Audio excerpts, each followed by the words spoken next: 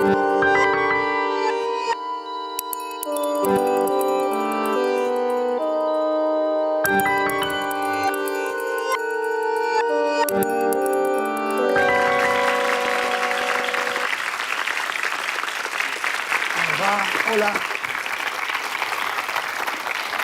Bueno, muchas gracias.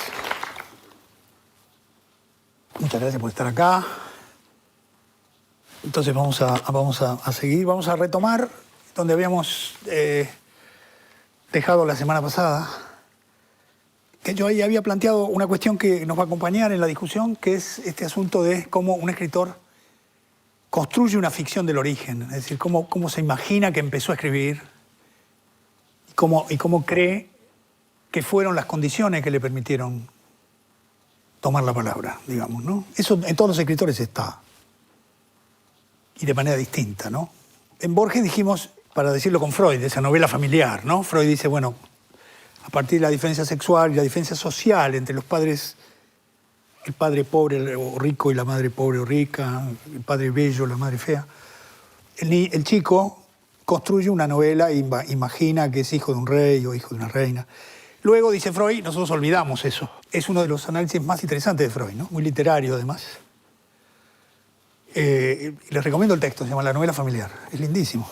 Y la literatura tiene mucho que ver con la novela familiar, ¿no? Entonces, esta construcción no es ni verdadera ni falsa, para volver a lo que decíamos antes. Es decir, Borges desplaza elementos de su vida. Están todos los elementos de su vida, pero cambiados un poco de lugar. Y como les decía, él se construye como un heredero, ¿no? Como el que ha recibido una propiedad vía el linaje de su madre y vía el linaje de su padre, que son como dos linajes fuertísimos, ¿no? Por un lado, la memoria de la madre y en la memoria de los antepasados fueron soldados y estancieros, dice Borges. Fueron soldados y estancieros. Por el otro lado, la biblioteca paterna, por lo tanto, los intelectuales, los eruditos, los lectores de la Biblia, ¿no? De modo que antes de empezar a escribir ya lo tiene todo, ¿no? Porque también tiene la historia argentina. Lo tiene a Sarmiento, digamos, por el lado de la biblioteca, y lo tiene Hernández por el lado de la épica, ¿no? Borges no era humilde, Borges, ¿no? Dijo, bueno, lo tengo todo acá, voy a hacer de nuevo todo, ¿no? Voy a cerrar eso que estaba abierto, voy a cerrar eso, voy a cerrar la línea de Sarmiento con la línea de Hernández. Yo soy el que voy a hacer eso. Voy a unir la civilización y la barbarie, porque en mi familia están esas dos tradiciones. Porque la barbarie es el coraje, la barbarie es, como les decía, es el cuerpo, es la capacidad de afrontar la muerte, ¿no? Es la sexualidad. Muy, muy atractiva es la barbarie en la literatura argentina, siempre. La poligamia, dice la inglesa, cuando le preguntan por qué vuelve a la tribu, ¿no? La mujer inglesa que está viviendo con los indios y la abuela de Borges le habla en inglés y la mujer recuerda y esa inglesa se la quiere llevar para Manchester. Y una noche se escapa ella porque le gustaba la poligamia, ¿no? Eso lo dice Borges, no es que lo digo yo, ¿eh? Va por ahí, ¿no? En fin, quiero decir, hay una cuestión pulsional fuertísima en ese mundo, ¿no?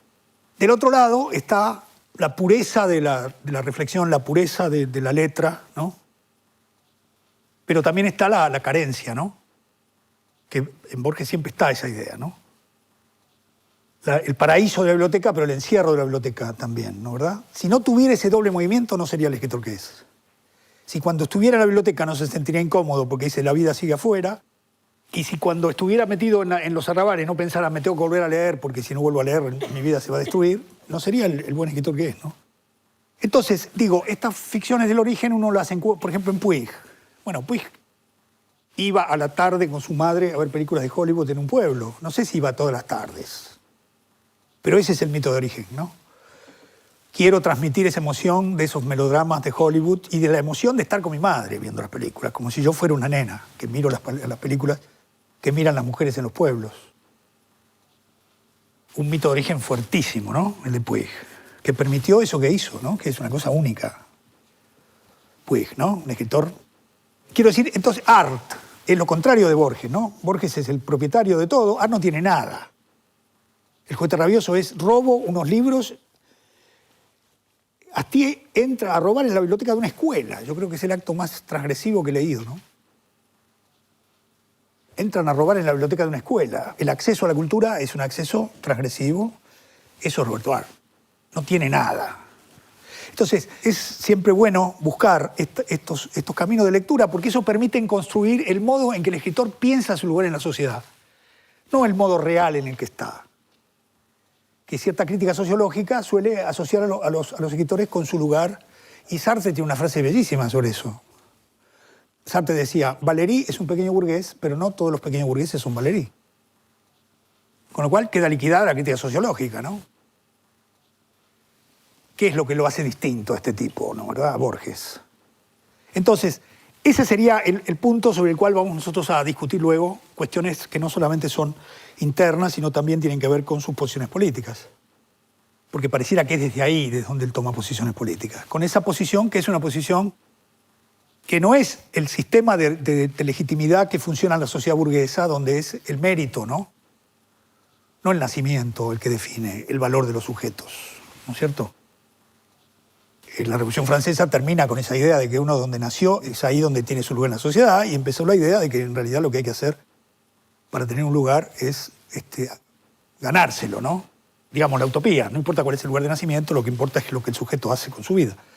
Mientras que Borges está en una posición preburguesa, digamos, ¿no? En esa cuestión.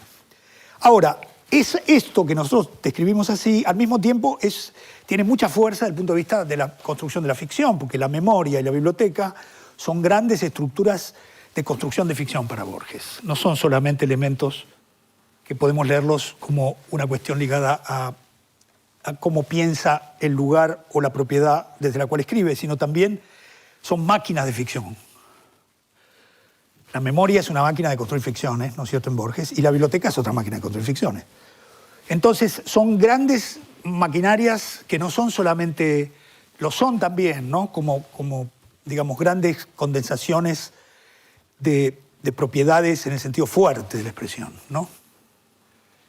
¿Qué otra cosa puede necesitar un escritor sino tener una memoria que sea la memoria de la patria y una biblioteca que tenga todos los libros? Bueno, tampoco eso garantizaría nada, pero está bastante bien si uno empieza así, ¿no? Entonces, pero a la vez, estos lugares son grandes lugares de construcción de la ficción. Y Borges realiza una operación extraordinaria porque escribe una serie de relatos para cada uno de estos linajes, ¿no? Escribe los cuentos de cuchilleros, que parecen cuentos escritos por otro escritor y que uno puede seguir esa línea, como respuesta, como deuda, como pagando la deuda con la tradición épica de la memoria. Y escribe los grandes cuentos de la erudición borgiana, digamos, el juego con la erudición borgiana, como su retribución al hecho de haber recibido esa biblioteca.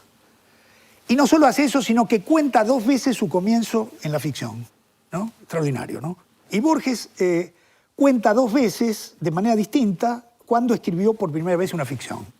Porque el Borges que nos importa a nosotros es el Borges que empieza a escribir ficción, que deja casi por mucho tiempo de escribir poesía y que empieza a escribir un tipo de ensayo que ya está contaminado por la ficción. Eso empieza en 1933, digamos, y termina en 1953. Esos son los grandes años, ¿no? Lo que hay antes de eso, desde el 23 al 33, son tanteos comienzos, ¿no? Entonces él dice, mi primer cuento fue Hombre de la esquina rosada, dice. Y como yo era muy tímido, no me animé a publicarlo con mi nombre y lo publiqué con un seudónimo de mi familia materna, Francisco Bustos, cosa que es así. Él publica en Crítica, en 1933, Hombres pelearon, que es en realidad Hombre de la esquina rosada, con el seudónimo de Francisco Bustos. No se anima a tomar la palabra, diríamos nosotros. Escribe ese cuento, pero no se anima a firmarlo con su nombre. Luego lo incorpora a Historia Universal de la Infamia y luego tiene con ese cuento siempre una relación muy contradictoria, ¿no? Y me olvidaba, antes de escribir Hombre de la esquina rosada, escribe un relato que sale en la revista Martín Fierro en el año 27, que se llama Leyenda policial, donde empieza a aparecer el tema del duelo. O sea que hay como unos titubeos para hacerse cargo de esa tradición a partir de la cual va a escribir esos relatos, que son relatos de la oralidad, ¿no? Son relatos de la oralidad fuerte. Admitan luego hablarme del finado Francisco Real. Así empieza, ¿no? Admitan luego, ya está muy seguro el narrador, ¿no? Y del otro lado, para mantener el juego aunque ahora vamos a ir hacia la memoria, del otro lado, en la zona de la biblioteca, él escribe El acercamiento al Motasim, que es como lo que viene antes de Pierre Menard, Autor y Quijote, que tiene esa estructura extraordinaria que Borges inventa ahí, que es hacer la reseña verdadera de un libro imaginario. Que eso lo inventa él. No es que lo inventa, ¿no? Porque ya lo había hecho, siempre alguien lo hizo, pero quiero decir, él toma eso, bueno, él hace eso en muchísimos textos, en Clon, por ejemplo, ¿no? Hace como si uno escribiera una reseña o una biografía de un escritor y dice todo como si fuera absolutamente verdadero, pero el escritor está inventado, ¿no? Con El acercamiento al Motasim, todos lo leen como un ensayo, porque tiene la forma de un ensayo, es un cuento extraordinario, y Borges dice, uno de mis amigos lo mandó a pedir a Inglaterra el libro. Ustedes van a creer que yo me encarnizo con Bioy, pobre, ¿no? Pero fue Bioy el que hizo eso.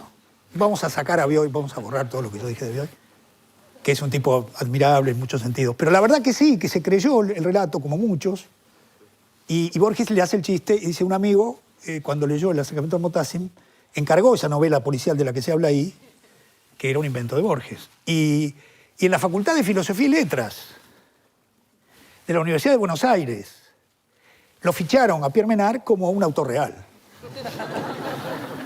¿No es cierto? Entonces, inventó algo muy raro, donde nunca estamos seguros de qué es lo que pasa con esos textos, ¿no? Con ese movimiento. Entonces, también en el caso de Pierre Menard contó esa historia bellísima, que él tuvo ese accidente y que casi muere con el accidente que después cuenta en El Sur, y dijo, yo pensé que si me ponía a escribir un ensayo y no podía, o trataba de escribir un poema, que era lo que había escrito antes, y no me salía porque la enfermedad me había arruinado, hubiera sido atroz. Entonces dice, traté de hacer algo que nunca había hecho y escribí mi primer cuento, Pierre Menard. Es decir, que para cada una de los linajes escribe el cuento inicial, que efectivamente es el cuento inicial de una serie, ¿no? Que uno podría, y que nosotros vamos a tratar de reconstruir. Luego, entonces, eso es un poco la cuestión que nosotros vamos a mantener. Hoy vamos a referirnos a la cuestión de la memoria y a toda esa serie de cuentos, y la semana que viene vamos a trabajar sobre la biblioteca y la serie de cuentos de la biblioteca. Y luego en la última vamos a tratar de empezar a juntar todo, ¿no? Cuando yo empecé a escribir, yo era un joven barroco como todos los jóvenes lo son, por timidez. Es decir, el escritor joven sabe que lo que dice no tiene mucho valor y quiere esconderlo, simulando ser un escritor del siglo XVII o un escritor del siglo XX, digamos. Pero en cambio ahora yo no pienso ni en el XVII ni en el XX, yo trato simplemente de expresar lo que quiero y trato de hacerlo con las palabras habituales, porque solo las palabras que pertenecen al idioma oral son las que tienen eficacia. Es un error suponer que todas las palabras del diccionario pueden usarse. Hay muchas que no pueden usarse. Por ejemplo, en el diccionario usted ve la palabra, usted ve como sinónimas la palabra azulado, azulino, azuloso y creo que azulenco también. Pero la verdad es que no son sinónimas. La palabra azulado puede usarse, es una palabra común, digamos, que el lector acepta. Como si yo pongo azuloso o si pongo azulino, no. Es una palabra que mira en dirección contraria, como decía Stevenson. Es decir, que realmente la única palabra que puede usarse es azulado, porque es una palabra común que se desliza con las otras. El espacio de la memoria es el espacio de la oralidad, ¿no? Primero porque en la gran tradición épica, ya lo sabemos eso, ¿no? Antes de la escritura, de hecho, la relación memoria-oralidad viene de Homero, ¿no? Entonces él es consciente de que eso es la épica, ¿no? Lo que yo les decía, él, cuando en la de que otra era la madre, dice esa voz que desde lo antiguo de la sangre me llega, ¿no? Otra vez es el linaje el que le da la voz argentina, ¿no? Esa voz él la recibe de la sangre. Entonces la voz es lo auténtico mismo. Eso sigue todavía, ¿no? Derrida ha hecho una serie de investigaciones sobre esta cuestión. ¿Por qué la voz aparece como lo auténtico y no el signo, ¿no? Pero hay una tradición que considera que el que está diciendo algo es mucho más confiable que si lo dice por escrito, ¿no? Entonces, en el cuento, Borges dice, el hombre era parecido a la voz. Eso es un momento lindísimo del relato, donde pide que le abran la puerta muy violentamente, Francisco Real, y cuando lo describe, como diciendo, ¿no? dice el hombre era parecido a la voz. Es decir, la voz era justamente esa imagen de esa figura épica, ¿no es cierto?, de como lo queramos llamar, el cuchillero, el guapo, el compadrito, ¿no? Y a mí tan luego hablarme del finado Francisco Real es también es como darle autenticidad, ¿no?, al que va a hablar. Miren, si me van a preguntar a mí por Francisco, claro, fue el que lo mató. Más de 3 veces no lo traté y empieza a hablar de una manera extraordinaria. Es la primera vez que un narrador utiliza el lenguaje oral desde la gauchesca. Borges es el primero, después de la gauchesca, que pone un narrador popular de clase baja hablando con su voz como narrador, ¿no? Porque estaba Fray Mocho y todos los escritores ponían la tercera persona literaria y después en los diálogos aparecían las voces de los personajes de las clases populares, pero el que manejaba la situación, el que estabilizaba la idea de que eso era literatura, era el narrador en tercera que trabajaba lo que hace en El Matadero muy bien Echeverría, ¿no?, que tiene una lengua literaria altísima, y después aparece la lengua de los mazorqueros, que es lo más lindo del texto, que aparece por primera vez el vos, por primera vez se habla de vos en la literatura argentina. Hay una fascinación por el habla popular, porque el habla popular pone en cuestión el estereotipo de la lengua literaria. Eso es una gran tradición. Eso es Céline, ¿no?, el mejor escritor francés del siglo XX. Lo que hizo fue encontrar ese ritmo y liquidar la buena prosa de la tradición francesa, ¿no es cierto?, y hizo algo extraordinario que todavía hoy están reaccionando con eso. Por lo tanto, esa relación entre lo que sería la voz popular y la lengua literaria que se vuelve siempre cada vez más estereotipada, ¿no? El problema de la lengua literaria es que lo que parece bellísimo uno lo lee de nuevo, por eso hay que volver a traducir los clásicos. ¿Por qué tenemos que volver a traducir los clásicos? Porque los clásicos fijan la lengua literaria del momento, el traductor trabaja con el horizonte de la lengua literaria y eso envejece muchísimo. Y entonces leemos traducciones y por eso cada tanto tenemos que traducir un Moby Dick o lo que sea, ¿no?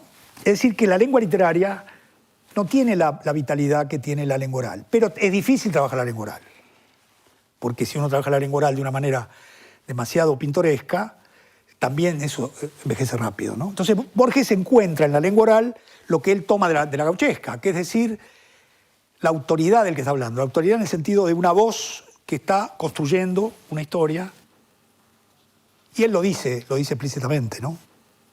Justamente hablando de la gauchesca, él dice, en mi corta experiencia de narrador he averiguado que conocer una voz, una sintaxis, es haber conocido un destino, ¿no? Es decir, que el personaje se construye según el tipo de habla que tiene. Entonces, es un tipo de uso de la literatura que no tiene que ver con otros escritores que también admiramos, como Netti, que todos los personajes hablan igual y no se les ocurre ese problema, ¿no? Sino es alguien que hace de esa lengua una cuestión importante, ¿no? Entonces, la voz argentina, ¿no? No la voz argentina de clase, digamos, no es Mansilla o Cambaceres, que también escriben con una oralidad que todos admiramos, porque la oralidad de clase era la oralidad literaria de aquel momento. Entonces Mansilla, Cambaceres escribían como el Che Guevara, si ustedes quieren poner un ejemplo. El Che Guevara escribe muy bien porque está metido en una estructura de clase que le permite usar malas palabras y decir lo que quiere, con una libertad que en general, no sé cómo llamar al sector que no es ese. Digamos, la clase media, como dicen los lingüistas, tiende a la hipercorrección, porque no quiere que se note. No quiere que se piense que es de clase baja y tiene miedo de no hablar bien. Entonces, un rasgo estilístico de lo que podríamos llamar la zona intermedia, clase media, los escritores en general, es la hipercorrección, ¿no? Terror a tener un error de gramática. Mientras que uno lea a Mansilla o lea a Cambaceres y lo que encuentra es una gran libertad, ¿no? Es un acontecimiento, el hombre de esquina rosada, sencillamente porque, como digo, él se hace cargo de algo que él sabe bien lo que está haciendo. Él sabe perfectamente lo que está haciendo, ¿no? Que está continuando la gauchesca. Y que está trabajando con el hijo del gaucho. Es decir, el compadrito es el hijo del gaucho. No es el gaucho, es el orillero, el tipo que está en el borde de la ciudad, que ni siquiera es un hombre de la ciudad, que está en el borde, en la orilla de la ciudad, en el margen, que es, digamos, un tipo que ya no es un gaucho de a caballo, es un hombre, él lo dice también, ¿no? Lo dice en un texto que este es muy bueno, que se llama El Desafío, Dice, hay un relato legendario o histórico que prueba el culto al coraje. De los orales, el primero que oí, o sea, que ya se coloca como aquel que está atento a esa mitología, ¿no? Y después, cuando describe quiénes son los que construyen esa mitología, dice, tendríamos pues a hombres de pobrísima vida, a gauchos y orilleros de las regiones ribereñas del Plata y del Paraná, creando sin saberlo una religión con su mitología y sus mártires, la dura y ciega religión del coraje, y vivida en estas repúblicas por pastores, matarifes, troperos, prófugos y rufianes. Entonces, los protagonistas del culto al coraje son los marginales, ¿no? Que vivían en el conurbano, porque ese era el conurbano de aquel momento. El sur, Barracas, donde empieza el matadero, donde estaban los mataderos del sur y donde estaba la zona que habían abandonado los ricos, ¿no es cierto? Y que por lo tanto aparecía como una zona donde estaba la mazorca. Estaban, digamos, los peligrosos de aquel momento, ¿no? Los que, digamos, producen el efecto ahí con el matadero son los que persiguen a los personajes de Amalia, ¿no? El sur de Borges, que es como la condensación de Buenos Aires, ¿no? Porque es la ciudad antigua, ¿no es cierto? Es de hecho la ciudad para Borges, es la ciudad del bajo fondo, es la ciudad de los corralones, la ciudad de los mataderos, ¿no? Es la ciudad donde están los prostíbulos. Nosotros vamos a ver en la película de Mujica, muy buena, que está basada en Hombre de Esquina Rosada, algo muy notable, porque en Hombre de Esquina Rosada, el que viene de San Telmo va hacia Palermo a pelear con Francisco Real. Porque el otro lugar marginal era en Palermo antes de que se entubara el Maldonado. Era una zona baja, una zona de clases populares bajísima. Cuando se entuba, esa zona empieza a subir y se convierte en lo que fue después. Pero ahí está la penitenciaría, se llamaba la Tierra del Fuego, era una zona peligrosísima, era otra vez el conurbano. Y en la película se ve el viaje en carro que hace Rosendo Juárez con los guitarristas que van con él, se la ve muy bien, se ve muy bien cómo recorren todo el sur. Bien en el sur está el carnaval, están los negros en el sur, donde estaban en general los negros de Rosas, digamos, que habían quedado ahí, y se vienen hacia Palermo por abajo. Entonces, bordean la ciudad, no entran en la ciudad. Una de las características de estos compadritos de Borges es que no entran en la ciudad, siempre están en el borde de la ciudad, ¿no? Quería decirles algo más sobre el hecho de que Borges cuenta este relato, es siempre el mismo relato, siempre son dos que se enfrentan, ¿no es cierto? Y la forma es siempre la misma. A Borges es a quien le cuentan ese relato. Borges está en un bar y viene alguien y dice, Borges, le voy a contar una historia, y le cuenta. Aquí, en Hombre de la Esquina Rosada, es muy lindo el final porque el que cuenta es el asesino, pero eso está oculto, y lo sabemos al final del relato, casi sin darnos cuenta, con el final. Yo me fui tranquilo a mi rancho, dice el que está contando la historia, el oriental, ¿no? Que estaba a unas 3 cuadras. Ardía en la ventana una lucecita que se apagó enseguida, porque la lujanera se fue con él. Porque como él mató, la mujer se va con el más valiente. Te juro que me apuré para llegar enseguida. No, me apuré para llegar cuando me di cuenta, ¿no?, de que estaba la mujer ahí. Pero no lo dice, ¿no? Borges es un gran cuentista, nunca dice las cosas, las insinúa. Entonces Borges, dice, y ahí te das cuenta que le está contando la historia a Borges. Volví a sacar el cuchillo corto y filoso que llevaba cargado aquí en el chaleco junto al sobaco izquierdo y le pegué otra revisada despacito. Y estaba como nuevo, inocente, y no quedaba ni un rastrito de sangre. Una cosa más que me parece importante es que, por un lado, Borges está más ligado a Moreira como héroe que a Fierro. Es más Moreira que Fierro, digamos, el que él tiene en la cabeza, ¿no? Que es un hombre de esa zona, era un hombre de la matanza, Moreira.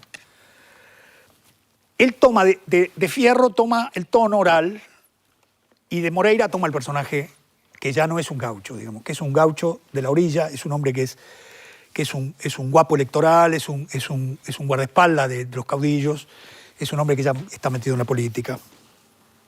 Y vamos a hacer una pequeña pausa aquí, sencillamente para hacer una pausa.